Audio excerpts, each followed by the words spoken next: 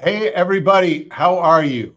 I messed up some of the times. We're running a little late. I apologize profusely, but I haven't seen Roxanne, Dr. Roxanne, in so long, so I had to catch up a little bit with her. But you all know how excited I am for today. This is, I met the Louhs, I think about a year and a half ago.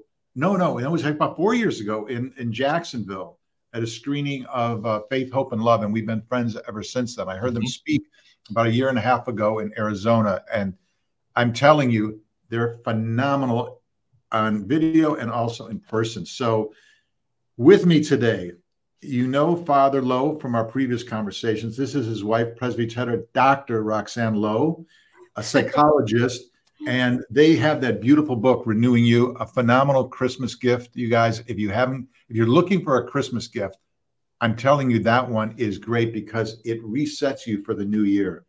It resets you anytime, but it's a great gift to somebody to reset them for the new year. So Louhs, first of all, welcome, and I'm so glad you're both here. What a joy to have both of you guys. Thanks so much for having us on, Bob. We just adore you and are so grateful for all you do in this world and to promote the goodness of Christ in people's lives. It's just truly amazing. And we still love your movies. About once every couple of months, we put one of them on as a family night. It's so sweet. I do remember when Faith, Hope, and Love, we screened it at a theater in Jacksonville. And I remember when it was over, I looked down and I saw Father Louh, and the look on his face was happily stunned. And I thought, oh, that's a good thing. That's a good thing. So, oh, it was amazing. I mean, and you really, what I love about you, Bob, and I'm sure it's what all of your friends on your platform feel the same way, is that you utilize your platform to share Christ and to do it in different ways, different methods, and that's the key. I mean, I think that at the end of the day, you know, it's easy. You could, you know, to go the easy way out, to make movies that you know, are that would probably reach more the main line or mainstream of the people, but choosing to recognize that my faith is not something that is part of my life, but it is I bring it into every situation in my life. And that to me is one of the reasons why I think you're just amazing. And we're blessed to have you as in our life. Thank you. You know, I think what I see in both of you is something that I've tried to do in my professional life as well, which is faith-based films have been traditionally one way. They've been kind of message films about abortion, about child trafficking, about, you know, and the faith-based market rallies and goes, well, we're going to support this. But what happens is once that's done, it goes back, it goes, and then we get, a year later, we get another message film. And what I've tried to say is, look, I get those are great films, but you've got to have something that's what you would call in your profession practical Christianity. There's got to be movies that show the average Christian's life, which is the struggles, the romance, the mourning over somebody lost, the uncertainty, the joy, the forgiveness. It's all that meshed together. And I think sometimes the way faith is presented in movies is just one way. Somebody's angry at God. By the end of the movie, they're not angry at God, you know?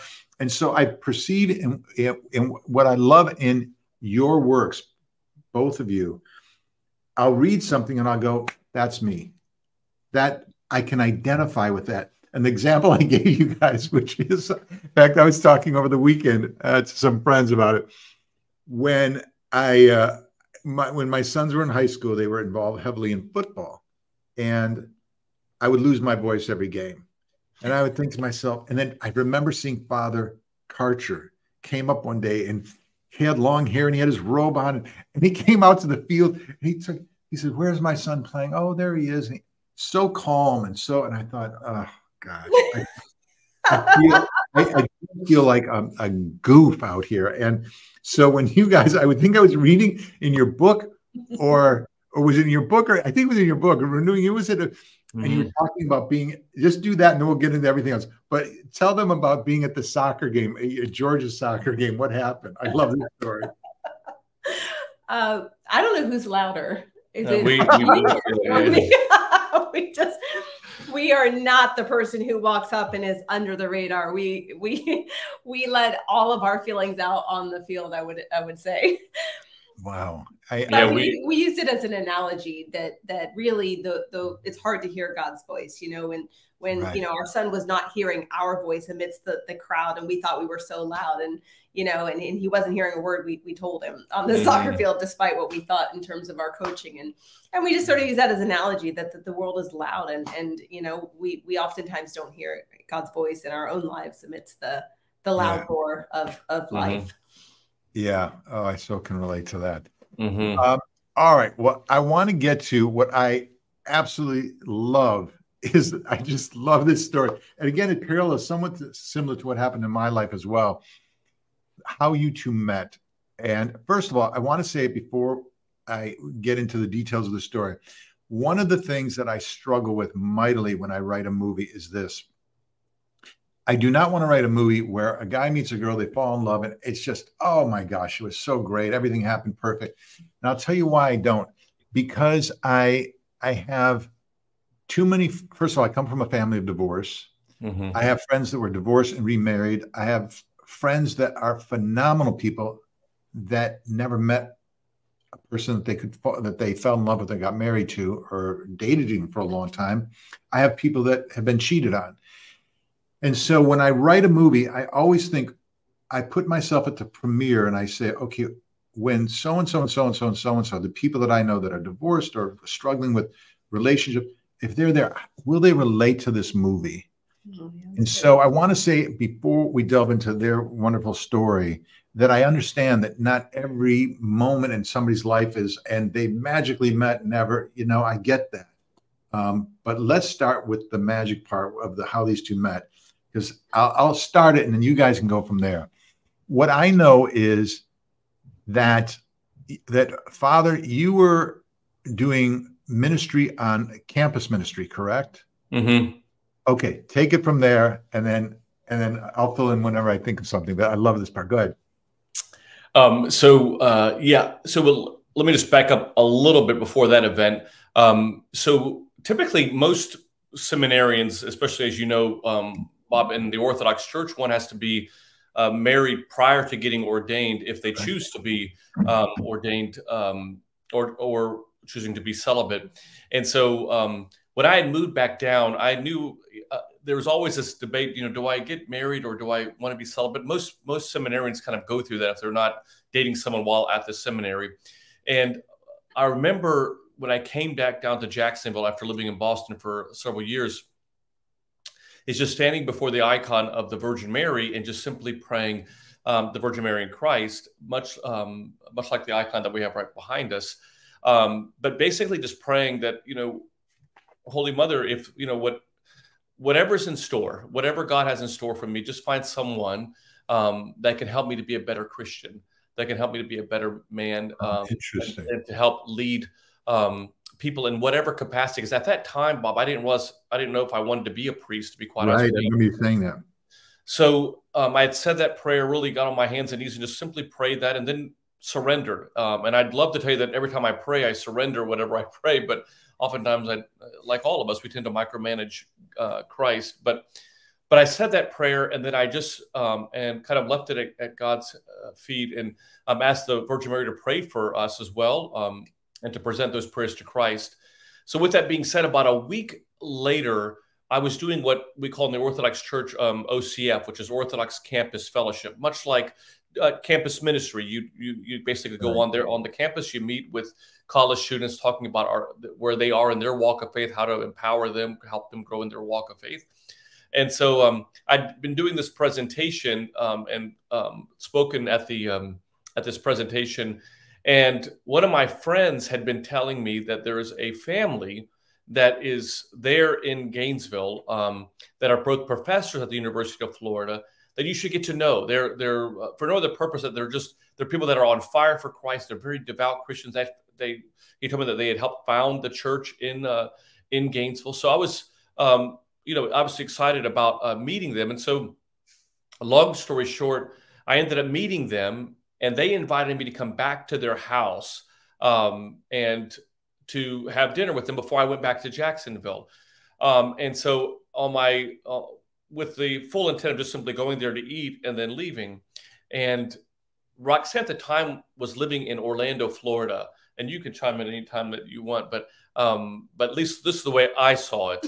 And so we'd come in the house, and Roxanne that day, only that day, she had not been home for weeks prior to that, but on that day she decided to surprise her parents because her parents had missed her, seeing her. Wow. Had surprised her. And so she was coming down the stairs as I was walking in. It is really should be, it's like a movie set. But as she was coming down, I was walking in. With the black leather jacket. With the black leather jacket? With the black leather jacket That's right. that I still have, by the way. And I often like to say it this way, that when she was coming down those steps, that she fell in love with me, and I just accepted graciously her offer to marry her. But it was in that moment that I knew at that time, and we talked about this later, that that she was the one for me. I mean, it was just one of those things that you knew at that moment. At that moment, yeah. Amen. I know what you believe me. I'll tell you in a second why I understand that. Yeah, great. Yeah.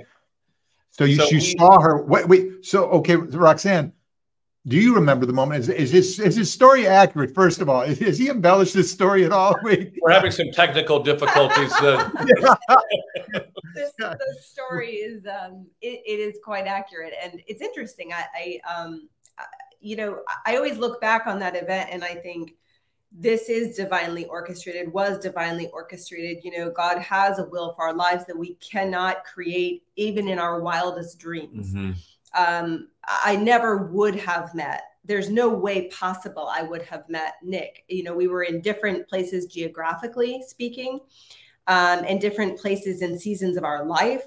And at that point, I was actually at the end of my master's degree, about to decide where I was going to go for my doctorate. So I was close to going to live in Connecticut, actually, at that point. Oh, wow. It was like this window of time where I had to decide which school I was going to go. There was a school in California I was considering, one in Connecticut.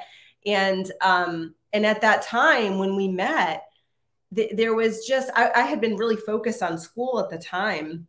And I wasn't really thinking, hey, I'm ready to meet the person. I'm thinking about, where am I going to go to school? Like, I worked really hard to get into this program. Where am I going to go? And that was really my focus. And when we met, it was sort of as if a feeling of, I know, like I've met this person for a reason. Mm-hmm. Like, I know. And I didn't know what I knew. I just knew that I've met this person for a reason. He's supposed to be in my life. And it was just a feeling of trust and safety and expectation that this is going to become something that I couldn't describe. I don't know what. Mm-hmm. And after my dad was engaging Nick most of the evening. I love this part. I love this part. And my dad loved to talk about church history and politics and. Do we have to talk about this right now? This is absolutely necessary, Bob, that we bring this up. Really locked in on having, discussion, intellectual debate. And I think, Nick was obviously somewhat interested in that conversation, but more maybe interested in communicating with me. And so there was this one point during the dinner where I was eating as they were talking, right? And I was sort of like just kind of in my own head and in my own mind, because they were really talking. But I just kind of looked up, I think unexpectedly, and met his gaze. Like, he was looking right at me as I looked up, and he just didn't look down. At that moment, our eyes kind of locked, and it was almost uncomfortable. I'm like, why isn't he looking down? Just look down. This is awkward. and it was, what was happening at that moment? It was some sort of a tick was happening. Right. Well, you guys, I'll interject here hopefully for just 30 seconds to tell you, when I met my wife, it was so similar to what you just said. I had been, for probably 2 years, if all my friends are online now, they go, oh my God, you're so underplaying this. But I had gone to every Glendy, you name it. I had been there, and it just, nothing was clicking. And so there was a girl, it was in Los Angeles, and I asked her out, and I'll never forget. I was outside my little Miata, and I asked her out, and she said, "You know, I would say yes, but there's somebody in Spain that I want to go out with." And I remember the look on my face. I paused, and I was like Spain, or is there like, sometimes there's a Spain, America, or something? She goes, no, Spain, Spain. And I go, you think that? Okay. I got my little Miata with my friend John, and his sister was getting married. They had a ceremony up in Seattle, and they were having like a second one for their friends in San Diego. There I am in the Miata driving the whole way. John, I can't, it's never going to happen, blah, blah, blah. Forget, Spain, can you believe that? And so I'm driving. We get to the reception. It's his sister, so they're taking pictures ahead of time, whatever. And I'm like, John, you know what? I don't want to hang around that long, so I'll come back to the wedding. He goes, well, let's go. We'll go grab something at Dick's Last Resort. I go, okay, fine.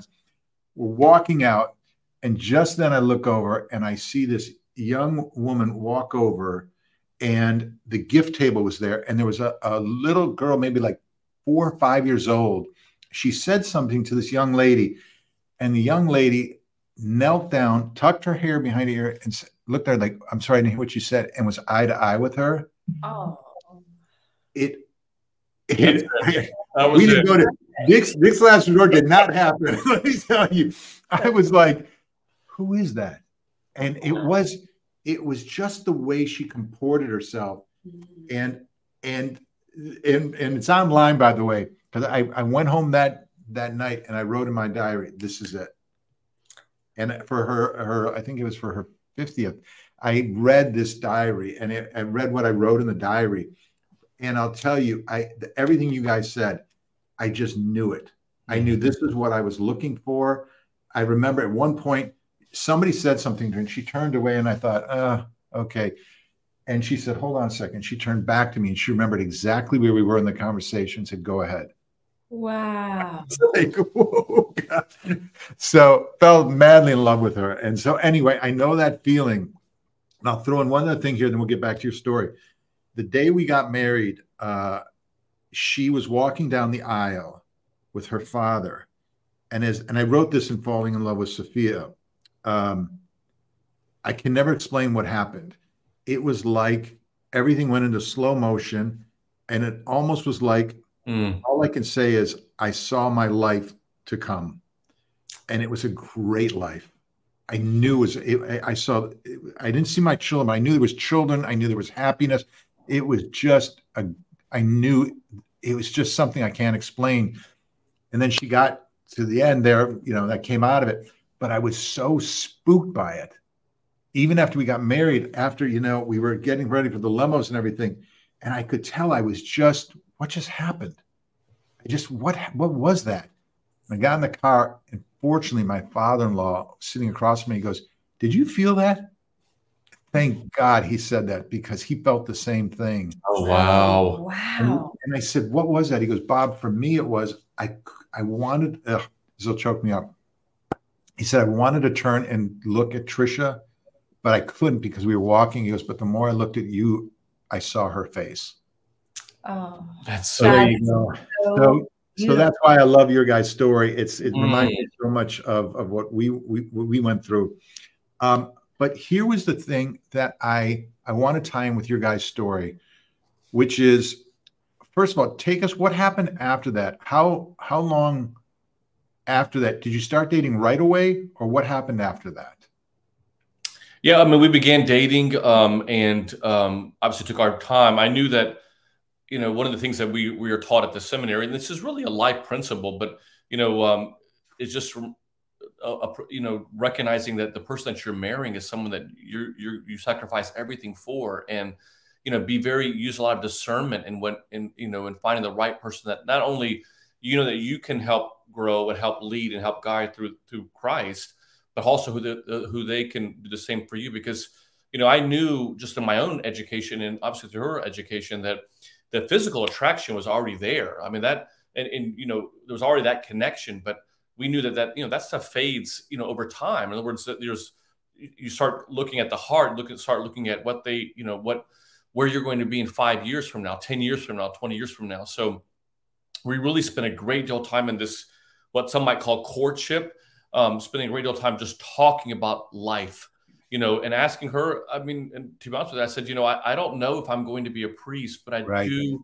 encourage you, you know, to talk to priests, wives. And she did just that. She would meet with them to kind of get to know what it was like. And just having that opportunity to kind of have that genuine conversation, because we knew that we had feelings for each other. We didn't want to waste time, but we also want to make sure that we were doing the right thing, because we wanted this to last. We wanted it to be something that would be built on the sure foundation. And I think we dated for a couple of years. We would end up, you know, getting married. And with Roxanne, after I wanted to wait, and she did too as well, to wait till she completed her doctorate degree. And after that, we got married. But we had, you know, another struggle, not outside of what other people deal with as well. But when she was assigned to do a residency, if you will, like I guess it's like a residency or an internship that she did, but she did it in Richmond, Virginia. And I live obviously here in Jacksonville, and I was working at the church at that time. So for an entire that was 1 year into marriage. So right after we got married, I was assigned, you know, so within the first year, as we're just sort of learning how to do life together, you know, we were living apart for a year. So that was a challenging second year, I would say. Right. Yeah. And my time was difficult because I needed to be at church on the weekends. And she obviously needed to be at work during the week. So it was right. It's interesting, you know, also too, I was going to say, Trish and I we were, not when we were married, but when we dated, we were an hour apart. And I've always said that experience has led us to never want to be apart again. That saying goodbye to her at the train station on Sunday was horrible. I hated it. And we relate to that. You know that feeling, right? But Roxanne, this is the question I want to ask you. And in fact, I went back and re-listened to it again this morning. When you were both speaking, you were kind of interviewed at the Y'all. You said something, and I wish they would have followed up, but under the circumstances they couldn't. But I thought it was so fascinating, and I think people will relate to this.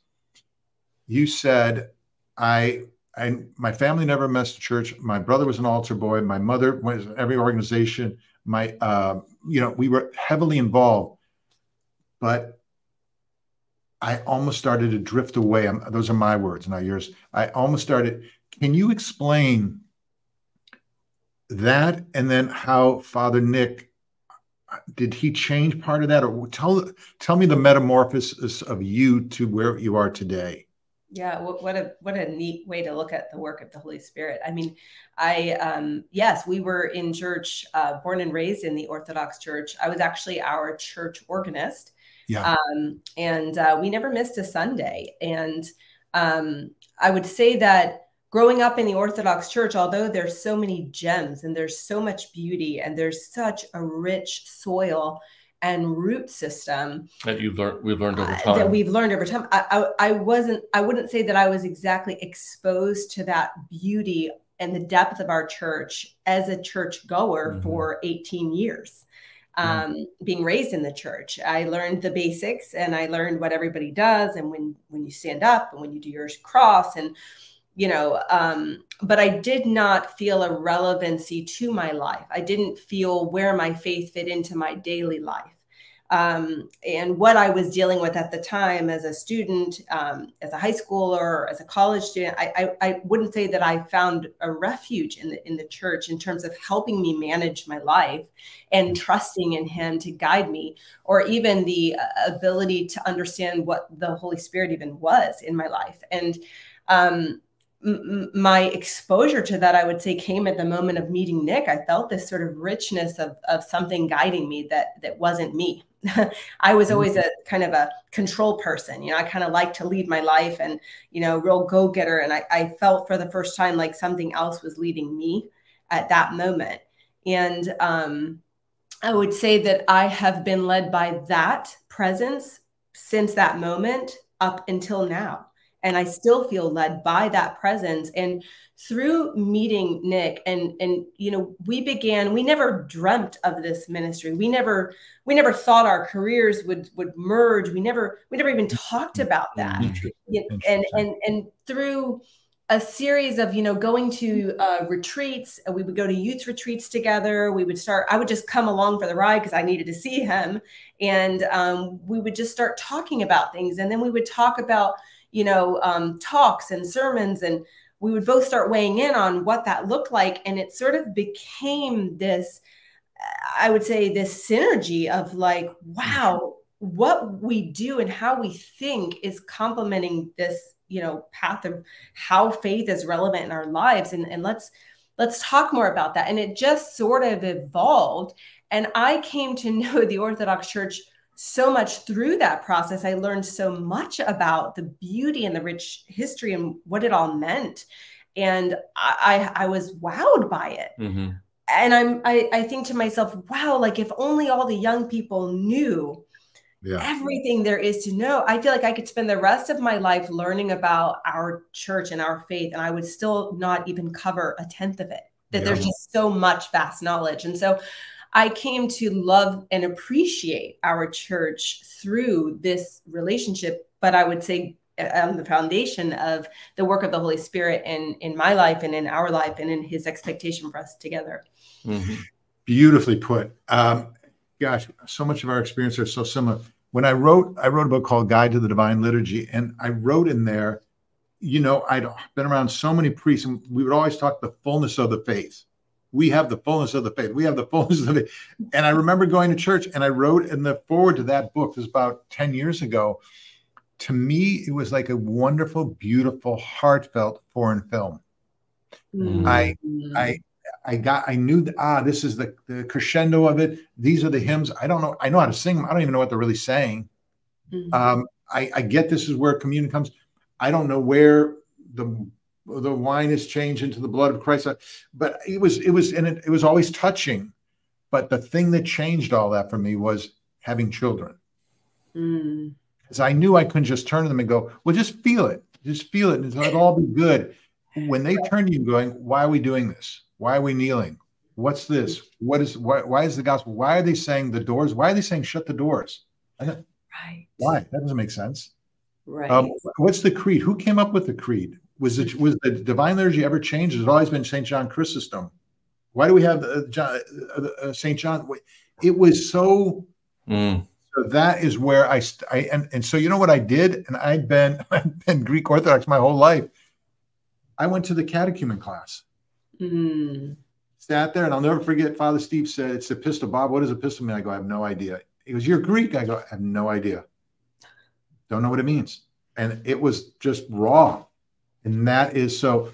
But I think if I'm understanding what you're saying is that it was both Father Nick, your interaction with him, and then the things he was doing also helped you increase and understand your faith. Is that a correct interpretation of what you said? Absolutely. I mean, as our conversations evolved, and, you know, I heard he had a really similar but different experience, although this is someone who went to seminary, you know, and you can talk about this a little more, but he had a very similar experience in his own church, in his own upbringing, which is what made him want to go to seminary. Similar to how you wanted to go to catechism class.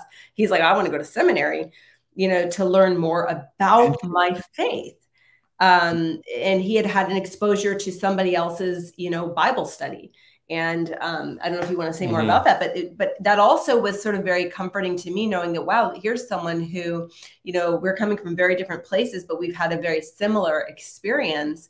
And I think it's beautiful because there's no judgment. Like, you're not a bad Christian because, you know, you feel this way. There was a level of, you know, collective community with you of someone who got it, you know, and then that kind of formed this foundation of us going, hey, we need to help people get it, you know, because here, neither of us got it. And we are like the definition of somebody who you would think should get it. And, you know, then we went into careers that should help us get it more. And yet there was so much we still didn't know and still don't know. I see myself as a lifelong learner. I love learning. And you pair that with a church like ours, where there's so much to know. I mean, you could read forever until your last breath and you would never know it all. And to me, that's just the roots of a very deep system that I think, you know, everyone should spend time as adults, you know, kind of getting to know. Yeah. You know, I think I've said this, Father Lowe, on one of our other conversations, but it's the analogy I always use. When I started learning dance, 20, 30 years ago, whatever it was, I remember there was a myriad of classes at the studio. And the one that was in the bottom floor was ballet. And I started to know after a while, notice all the great dancers were taking ballet. But the classes that were full all the time, at that time, I think it was break dancing. And then about 6 months later, break dancing was gone, but ballet was still there. And then line dancing came in. 6 months later, that was gone. And then popping came in, and then that was gone. And ballet was still there. And I've said to people, to me, orthodoxy is the ballet of religions. It's so deep. If you start to, you know, that's one of the reasons why I want to do a series of videos on the divine liturgy. When you start to see the depth of it, oh man, it's something so special. But Father, I wanted to ask you, what effect did Roxanne have on you? I see what she was saying, but what effect did she have on you? I mean, you know, it's, I mean, she's my partner. I mean, and everything that we do. I mean, you know, I mean, obviously, as a couple and as parents, you know, not flattering her, you know, but I mean, I think that she has really helped me to, on a purely as a role as a priest, helped me in really exercising the gifts that God has given me in different forms that I probably would have not, you know, I had my own degree was in counseling as well, but, you know, having much more of that scientific way of approaching it, and also having that constant debate, you know, healthy debate with how would psychology have handled this? How would faith handle this? And kind of having those conversations that, as Roxanne said, it really was like something organic, Bob, that kind of grew over time. And, you know, now, you know, her abilities to you know, to lead a presentation on faith and psychology, and for me to be able to do one retreats on faith and psychology, I mean, just kind of shows that there's just we say this in the Greek language, this the synergia, the synergy that took place between us on our with the ministries that God has given us, and it's helped us out tremendously. And you know, like with your ministry, Bob, I mean, when you get the emails from the person who watched Faith, Hope, and Love, or the little communications of how that movie helped to transform them, or how it spoke to them, or how they could relate to it. I mean, that's what I think we've always wanted to be as authentic to the people that that God has put in the audience of our life, to be authentic of who we are, that we are not perfect, that our marriage is not perfect. Just like we're studying about our own faith, we're studying each other continuously. And that's the beauty is when you know, I think, you know, as we oftentimes talk about, you know, the devil loves status quo Christians, and they love status quo marriages. And if you're in that position now, recognize that God never created us to be status quo, that we were always created to be growing in everything. If you're not growing, you're dying. That's how we've kind of approached it. I think as iron sharpens iron too, I do think sometimes, you know, God finds someone who strengthens you where we need it, right? It's interesting. I mean, we're polar opposites in every sense of the word. If you really look at us, I mean, we rank oppositely on just about every personality profile and dimension of personality. And I mean, obviously our values are very much the same. You know, our fabric is the same, but in terms of how we move through life, how we see the world, how we make sense of things, what we deem important as we make sense of things is all vastly different.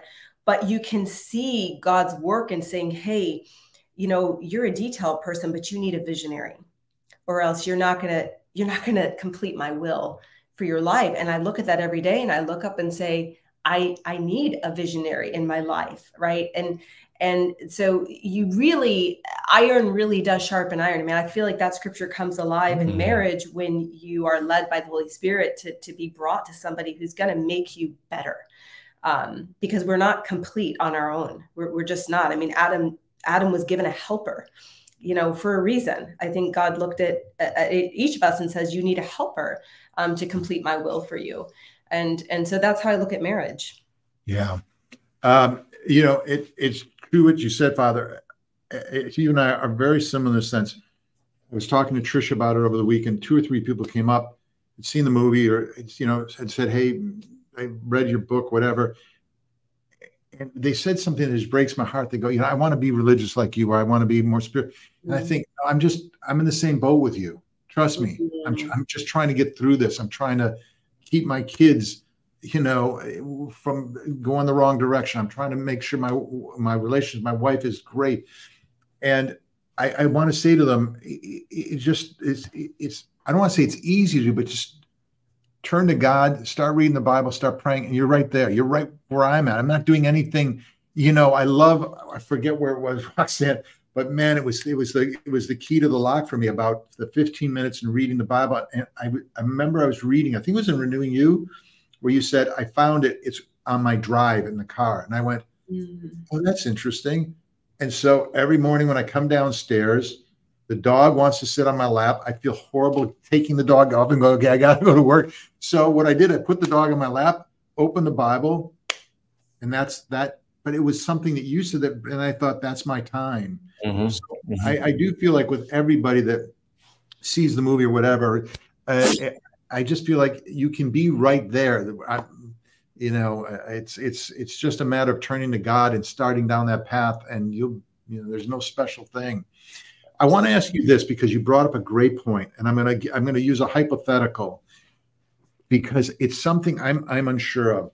So I know someone who is say in mid-20s, a guy, Greek Orthodox, and is dating a girl that is somewhat similar in age, but is agnostic. They asked me for advice, and I said, gosh, guys, I don't know. I mean, I don't know the pros and the cons, and I'm wondering if you could speak to that. How would you counsel somebody, both of you, as a psychologist, as a priest? What are your thoughts on that? I mean, I can begin. I mean, when I look at relationships like this, again, I say, why did God put this person in their life? You know, I think, you know, and then we also have, you know, the scripture about being evenly yoked, you know, but then we also look at why. Wait, say that again. What was that one? The scripture about being evenly yoked, you know, that you're supposed to be. So, you know, we have two things that we have to look at, but we're called to also bring people to him. And, you know, and so in looking at a situation like that, you know, what does happen if we expose somebody to our faith and we bring them in? Do they come on board? I mean, I've actually seen that happen quite a few times, where people are led to faith. You know, what is the statistic that says most people don't ever come to church because they were never invited? You know, they weren't exposed. You know, people who are agnostic or atheists may also have a deep traumatic story that, you know, that sort of built that foundation. So where did that come from, and what are they open to in terms of navigating that? I think if we lead with our faith and we lead with who we are and we're transparent with who we are, then we might have a chance of bringing that person into the church. And if they are, like, I've seen that happen, where beautiful systems of baptism come through, right? And we had family recently, you know, who was baptized into the church just like that. And so I was talking to somebody last week who was telling me their story about their son and their now daughter-in-law, who has fallen in love with the church, but was raised in a home where she was never exposed. And so she was claiming to be agnostic as well, but like, what did that really mean for her? And so I think when we are less judgmental and we just get to know who are people because of the decisions they've made in their life and what are you open to, if we're transparent with who we are, we see what God's will is for that relationship. You know, sometimes people don't get on board, and I don't think it works if that's the case. I don't think it can work if somebody is very much involved in their faith and somebody is very much against faith and not willing to get on board, not willing to be open. They don't have a deeper story. They've come through the deeper story, and they've identified this way in life. Then I think it's hard. But I think in the beginning, we really shouldn't judge, because there's a lot of work that God could be doing through you and through a potential for that person that we just don't know. You know, what threw me off was, and I wonder what Father would say this. My wife and I had gone back and we were visiting some relatives, and the family that we knew was always involved in the church, heavily involved in church. Mm-hmm. And this was a trip that Father, that Trish and I took recently. We went back and there were some relatives, and we saw the family we knew that was heavily, the dad was part of the president of the church and all that sort of stuff. And the girls that they married converted. And you're like, oh, cool. You know, great, great. Nobody goes to church anymore. They kind of just did it for the wedding to get through that step. And I thought, oh, man, how do you know, and also too, my sister married somebody who was not religious. They got married in the church. We thought they were religious. They ended up getting divorced, and religion was a big reason. So I guess the hard part for me is I go, how do you advise someone? Because you don't know which way it's going to break. Does that make sense? Absolutely. Absolutely. And Nick, I want you to weigh in on this too. And I do think in terms of the courtship, in learning each other's values and deeper identities, those are things that I would say kind of need to be understood and discerned before marriage. Yeah. I think you can kind of tell when someone is saying, I'm going to do this just because I can marry you, versus I want to learn what you are doing and why you do it. And wow, I see something there that I've never been exposed to, or that I understood now differently than what I was taught. And wow, how beautiful that is, that you have a loving God. I was never shown that. Okay. Because a lot of people haven't been shown a loving God. Right. And so I do think that we discern those things in the courtship period. And you know that, when you're deciding that this is somebody that I can propose to and spend the rest of my life with. Yeah. I mean, I think exactly what you guys are saying. I mean, I think so often the temptation, especially in the West, is to kind of like just check things off the list. Are they, do they come? Are they normal? Are they attractive? Are they normal? Do they go? Do they have some level of faith? And I would say even that probably is even on a lot of people's to-do list right now. So I think one of the things that I would encourage people to do is, first of all, not trying to pigeonhole that every marriage or every relationship all looks the same, because there are different ways that people can come to Christ before, during, or after the marriage. So that's but with that being said, is I would look at that like a research project, and I would do a great deal of studying, not only studying of what they're telling you, but what they're showing you. I remember my grandmother, God rest her soul, and I've used this, sometimes, the old world mindset sometimes has a lot of wisdom that I think we've forgotten. But she used to tell me that, Nick, when you want to get married, look at the girl, look at her mother and how her mother and father communicate with each other. Now, that's not a recipe for every single relationship or every single girl. I'm not saying that, but it helped for me. What she was teaching me was studying, because ultimately your eyes are going to oftentimes connect from your eyes to your heart. And I guess what I'm saying is, let your eyes first go to your brain. In other words, you're studying before you let it come to your heart, because once the heart's involved, it's hard to have these different conversations, these really important conversations about not only about religion, but raising of the children, boundaries, finances, right. And right now we have, the statistics are that every 13 seconds, a divorce takes place in America. So, and how many heartaches, how many long nights, how many families are destroyed through that? I mean, no one ever goes into a marriage expecting a divorce. So I tell people all the time, if I was to tell you that if you were to fly on a plane, that it would be a 50-50 chance that the plane would crash, you'd be thinking very hard about what type of plane you got on to make sure that it wouldn't crash. Well, if 50% of all marriages end in divorce, why are we taking the same effort to look at what that could be in our own lives? Yeah. I also said to my children, I said, look at how the daughter treats the father, because that's the first man in her life. And if she's not treating him good, good luck. You're in trouble. Mm-hmm. If she treats him respectfully and you're going to be in decent shape. Before I lose you, I want to ask one other question because it's always on my mind. There are some dear friends in my life and in Trisha's life that are single. And it breaks my heart because I just think, I'm sure there's a reason and, whatever, but what do you say to people that haven't found that soulmate? How does God enter into that picture? And what thoughts do you have on that? I know it's kind of a generic question, but I'm just curious, what would you tell somebody who is a good person that just hasn't met that soulmate? And that's a very, very, we get asked that question all the time. I mean, and and especially when you know that the person that is asking the question is someone that is just a salt of the earth kind of person that just deserves the right person.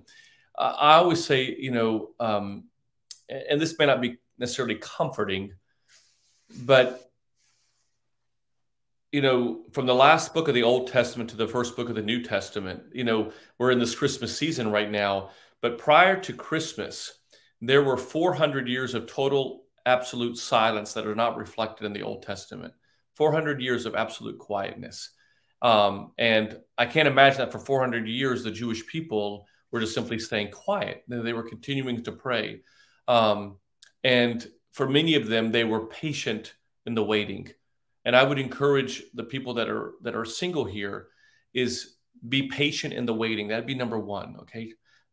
Patience is one of the great characters of being a Christian. I mean, It says love is patient. So I would say be patient in the waiting. Number two is continue to seek the one so that God can give you the two. Seek the one being seek Christ, seek God above everything else. Continue to, and if you're like, hey, I'm already a Christian, Father Nick, I would go deeper, go farther in that walk of faith with Christ.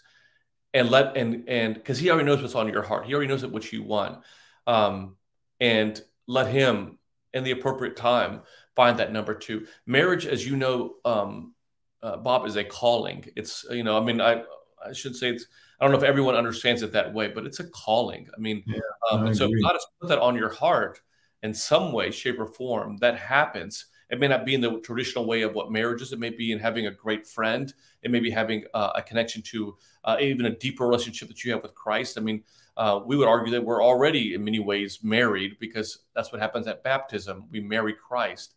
But I know that what most people are talking about is finding that person. So I would say seek the one so that God can provide the two. And the reason why I say that sometimes, Bob, is that for a lot of couples, a lot of single people, they're trying to find that one to complete themselves. You know how like Jerry Maguire says in that movie, was it called Jerry Maguire, wasn't it? Where he says, she says to her, you complete me. And we would say that no person can complete you. Christ completes you. So sometimes that Western, or really that mentality that we have in the world where we think that some other person, I mean, I love Roxanne and I know she loves me, but it's what Christ is doing that's going to complete us, not what I can do in her life or what she can do in me. And so I think that that's important for us to remember that, is that let me go deeper in my relationship with Christ. Let me continue to recognize that no person can do only with what only God can do for me.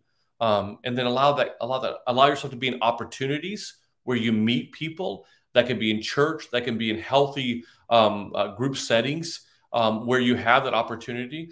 Sure that you're a great matchmaker. I always tell people it's the priest. I mean, if you're, they kind of know everyone within a community, but share that you have that interest with a priest, with people. But those would be some of the things that I would just say on a very practical level to keep working towards. Maybe you want to add to that as well? Or?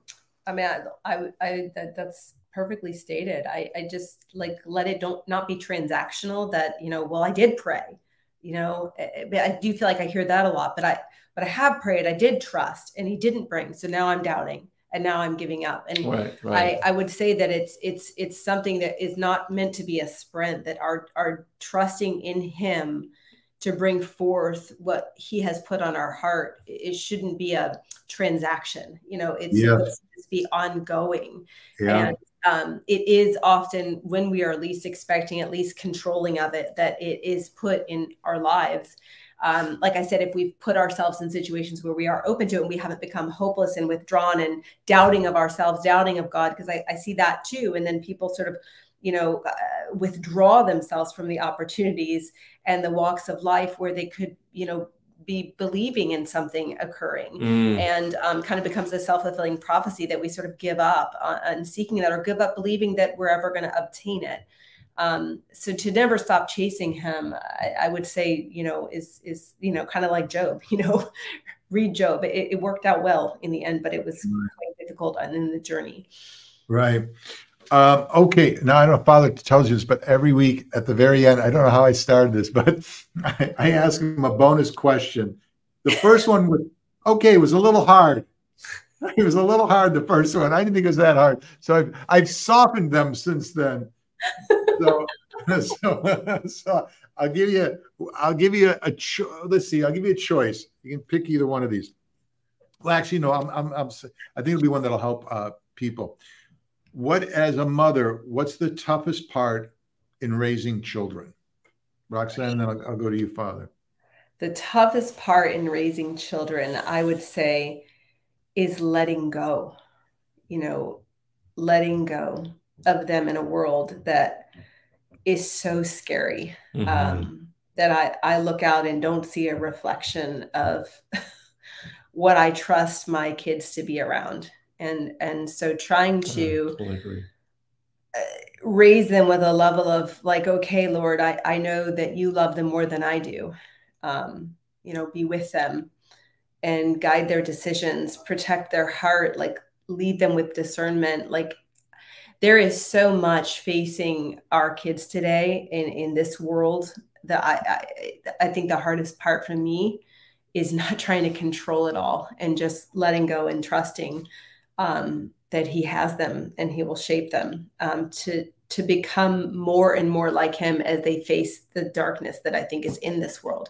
You know, I pray that he uses it for good, and I know that he tells us he does, but it's scary. So I would say the hardest part for me as a mother is letting go.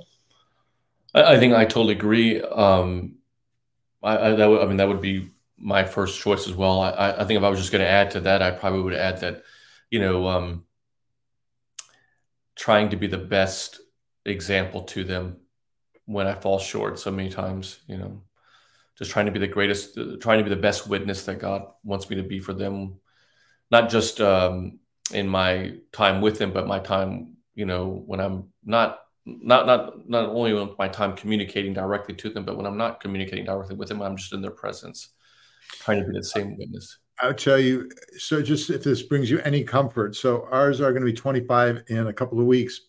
And we were in the car going to get coffee, the five of us, for the 3 or 4 days of Thanksgiving before they went back to New York. And one of them said, I'm going to Brazil. And yeah, I know. Okay. What part of Brazil? And is it safe? And then suddenly someone in the car, I don't remember if it was him or my wife, said, and you know, the last 3 days he's going to Colombia. And I went, no. Now I get this letting go and all that stuff, and I get you're old enough to do, but the answer is no. And the answer is so no. If I have to sit, was he asking? No. Yeah, well, I know he'd already bought the ticket, and I said, if I have to stand in front of the plane, the answer is no. I said, what are you going to do there? Well, I was thinking of going to the mountains. Why don't you put a sign on your back that says "Kidnap me"? Well, Thanksgiving with the Crances for the next 24 hours was deafening silence. So if that brings you any comfort, you too, I just thought there's no, I get the letting go, and I let these guys do, but there's a certain line that I go, no, yes, that's stupidity.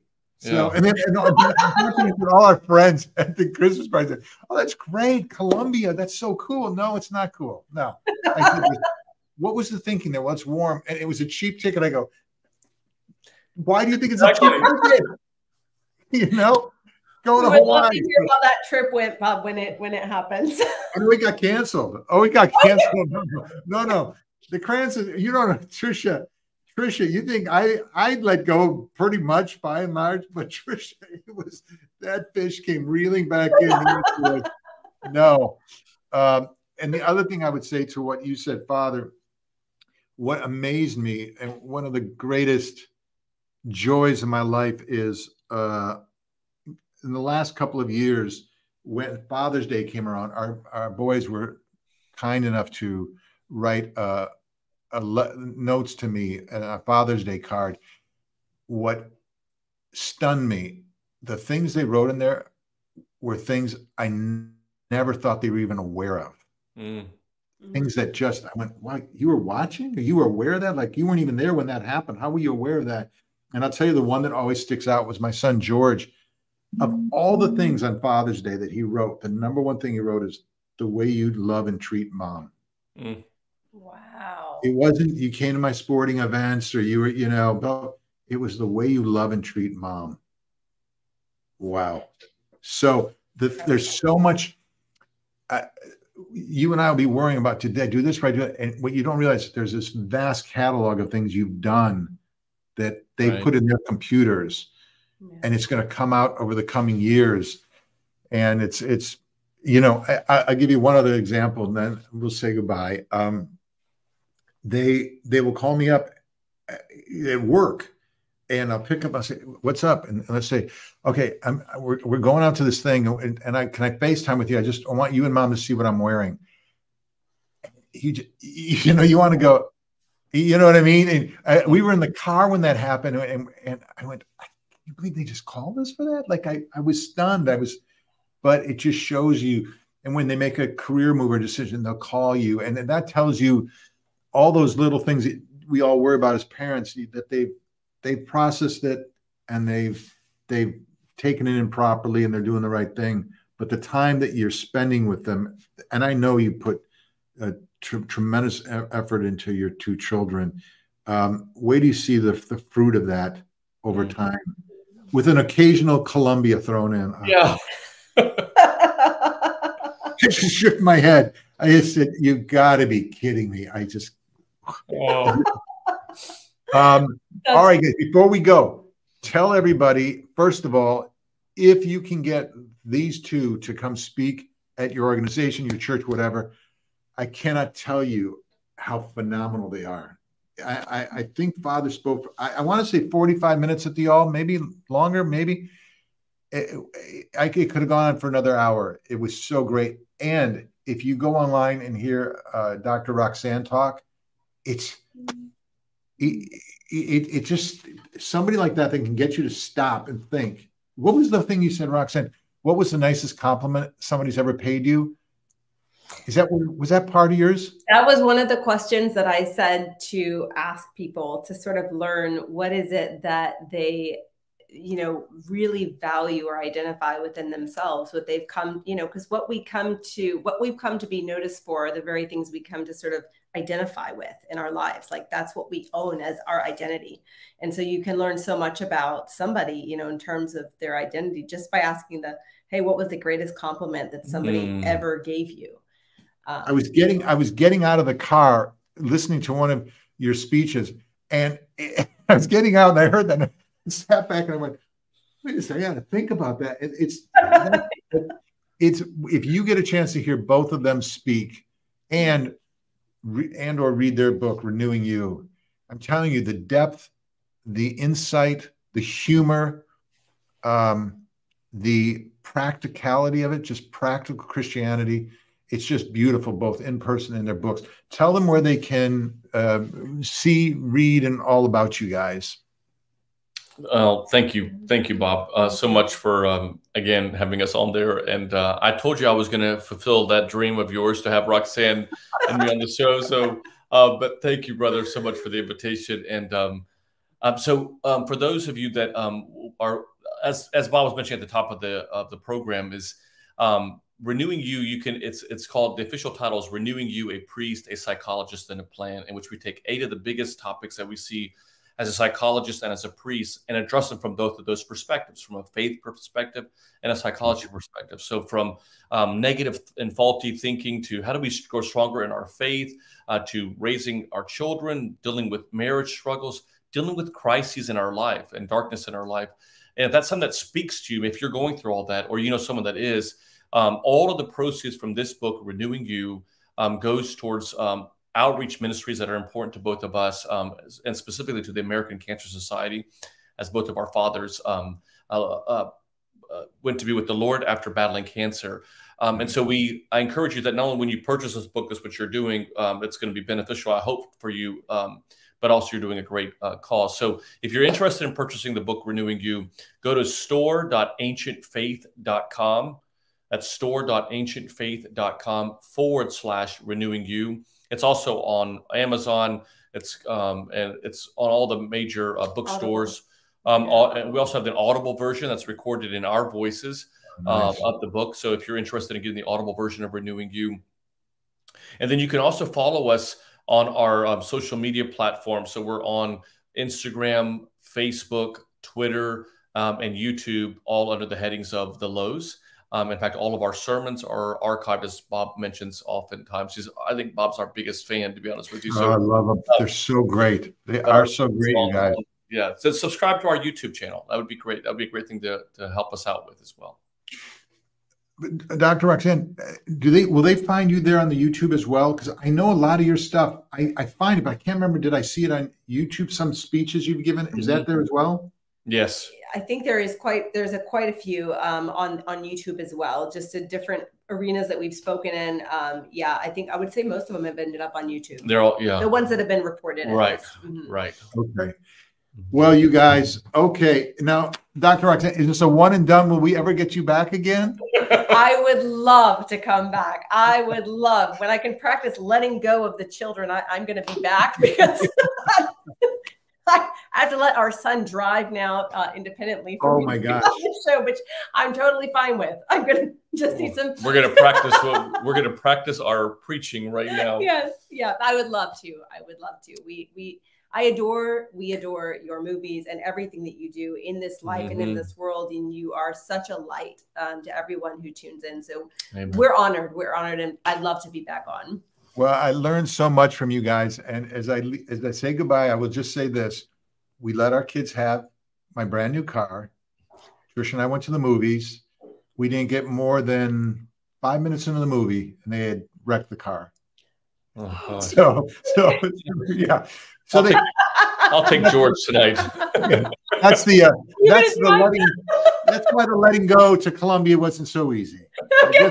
Thank you for that.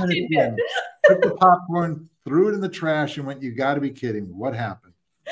They didn't totally wreck it, but they wrecked it enough for me to go, "You're not touching the car again." And they touched it again, and they wrecked it again. You're driving tonight. Different son that time, but nonetheless. So, all right, you guys. God bless you. Thank you so much. And thank all of you for being there. It's just a great, enjoyable hour with you guys. God bless you guys. Thank you, brother. Thank you. Bye. God bless.